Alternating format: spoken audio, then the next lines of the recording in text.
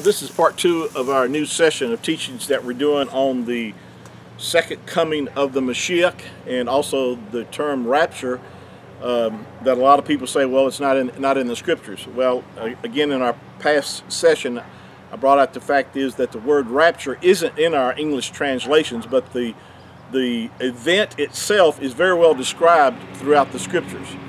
And the English word actually is caught up, where this is made reference to, and that's really what the word rapture means. It's actually from the Greek word harpazo, which and then it was translated into Latin, then eventually into English. And so you have to understand that the English translations that we have are translations from the original text that we have. Now, and so where the word caught up is used here is the term where we like to refer, or most people refer to that event as being the rapture. So it's just a term that people are more familiar with than if I were to use just the words caught up. So I want to clarify that with you as we continue reading. I was reading in 1 Thessalonians in our last session, chapter 4, and again, Paul's writing here. The Apostle Shaul, as his Hebrew name would have been, says that he would not have us to be ignorant. This is stated in verse 13 of chapter 4, that he would not have us to be ignorant. You know, there's a lot of ignorance out there, and that's why we have to teach, and that's why Yahuwah has put in the body of the Mashiach.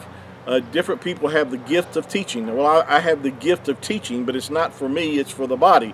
It's to help the body to grow spiritually. And so it's just a gift that I've been given, not for myself, but for the body itself, to be a blessing to those, and that we might teach, we might be able to expound the scriptures, so that we would not be ignorant, but that we could be taught.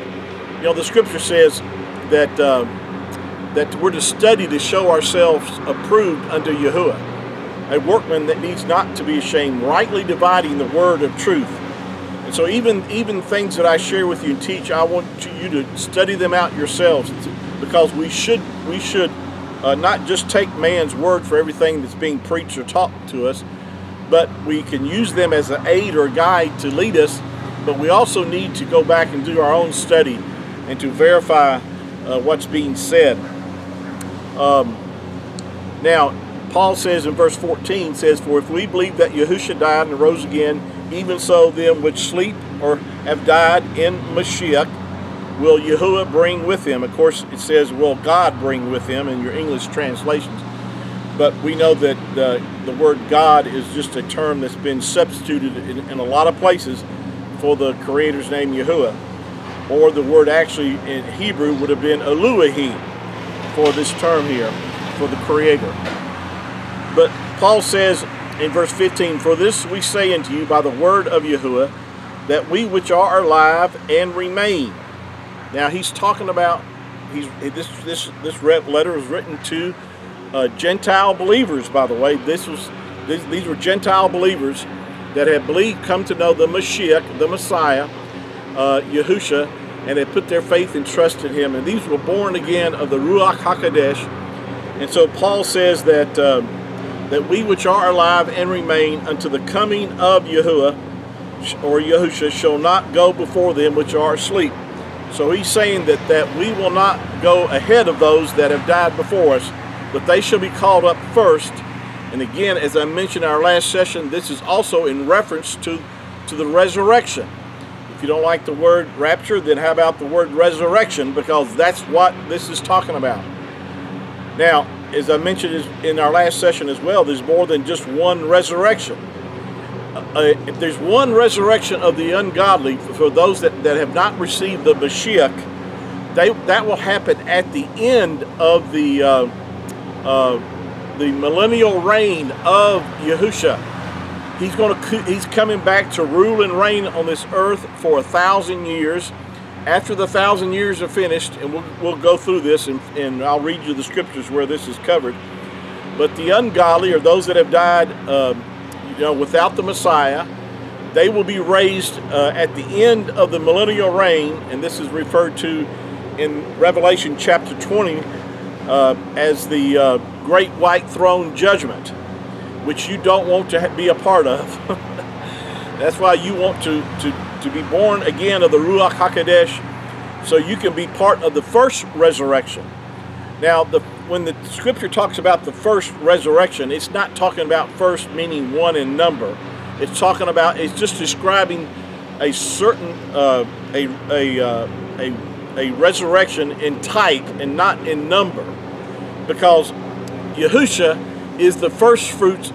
He's described as the first fruit of the resurrection, being that he was the first to be raised from the dead. And so, but after his resurrection, the scripture talks about over the book of Corinthians that we, as in our own order, are also will partake of the first resurrection.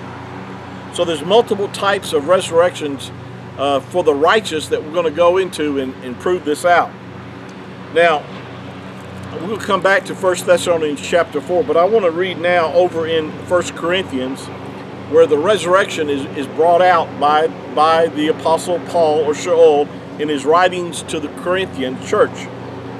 In 1 Corinthians chapter 15, starting at verse 49, he says, "As we have borne the image of the earthy, we shall also bear the image of the heavenly.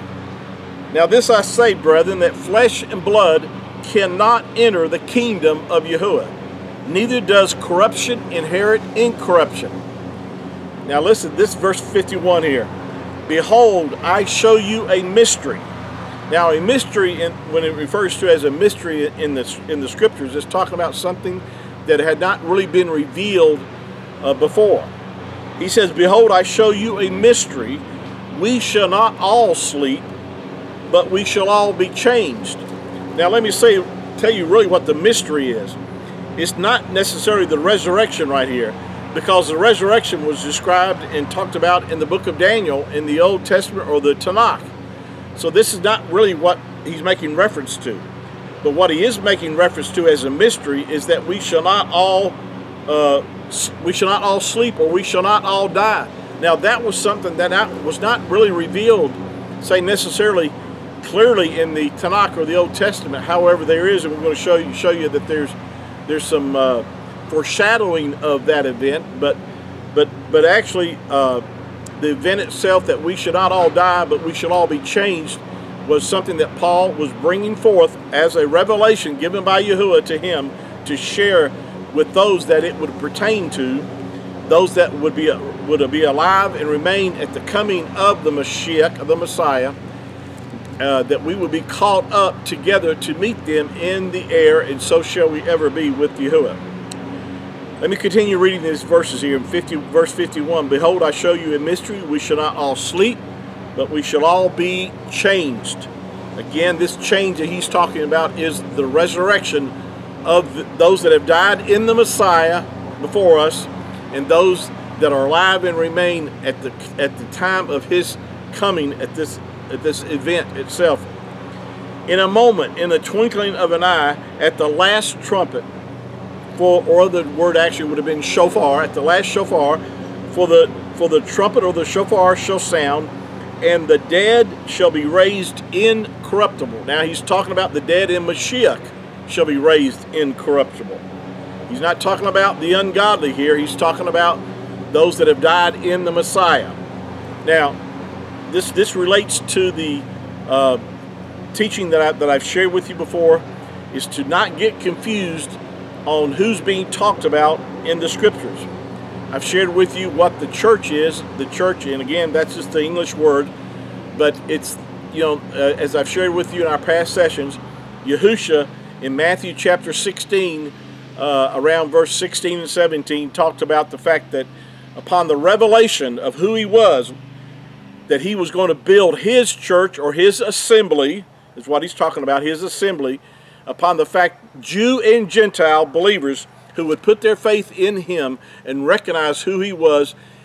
Because he talked about in that session there in Matthew chapter 16, Peter said that you art the Christ, or the Mashiach, the Son of the living Elohim. And Yahusha said, upon this revelation, Peter, upon the revelation that you have recognized who I am.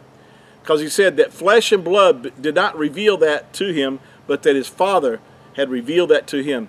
And he said, upon that revelation would he build his assembly, and the gates of hell shall not prevail against it.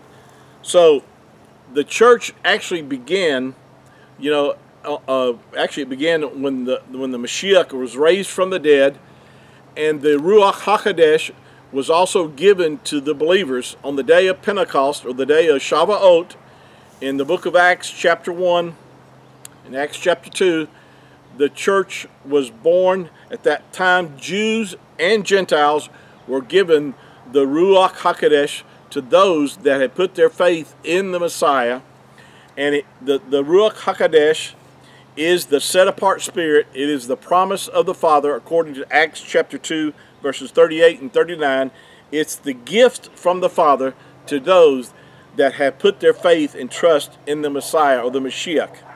And that is the real church. That is the church today that I'm speaking about. I'm not talking about the steeples that you see in the quote Christian churches, or the synagogues, or anything as far as a building is concerned. The real church consists of those Jew and Gentile believers that have been born of the Ruach HaKodesh, that have accepted the Messiah, that have got the revelation. See, the revelation, the same revelation that Peter had in recognizing who the Messiah was, that he was indeed the son of Yahuwah. And that's the same revelation that Yahushua said that he was going to build his church upon.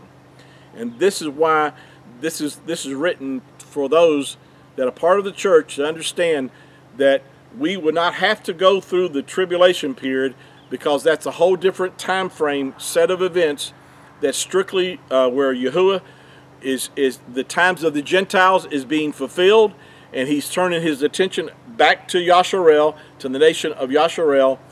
And we're going to get into this and share with you about this, and this will clear up a whole lot of misunderstanding of what the rapture and the second coming is all about.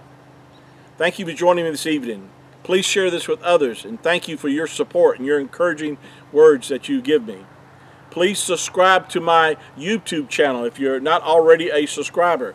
We have over 450 something subscribers now that subscribe to my channel.